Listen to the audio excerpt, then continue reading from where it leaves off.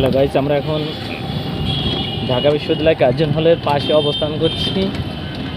ঈদ উপলক্ষে ছুটিতে সবাই নারীর টানে ঘরে ফিরেছে, এর জন্য ঢাকা সিটি কিছুটা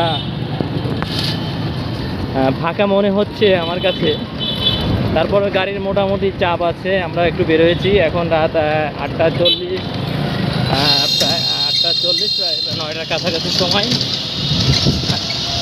আপনার রাস্তাগুলো দেখছেন অনেকটাই ফাঁকা, জনশূন্য মনে হচ্ছে। পরিবেশটা আসলে ভালো। আমরা যাচ্ছি টিএসসির দিকে একটু চা খাওয়ার জন্য। যারা আসলে ঢাকা শহরকে উপভোগ করতে চান তাহলে বিশেষ করে ঈদের ছুটিতে আপনারা যদি আসেন ঢাকায় তাহলে মোটামুটি একটু ফ্রি পাবেন এবং রাতের ঢাকাটা আসলে অনেকটা সুন্দর।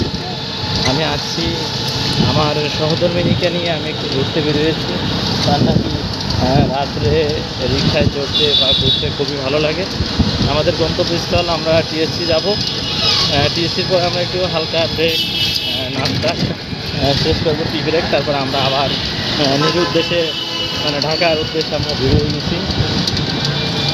তো যারা যারা আসতেছেন হলো গাইস, তারা খুব চলে আসবেন।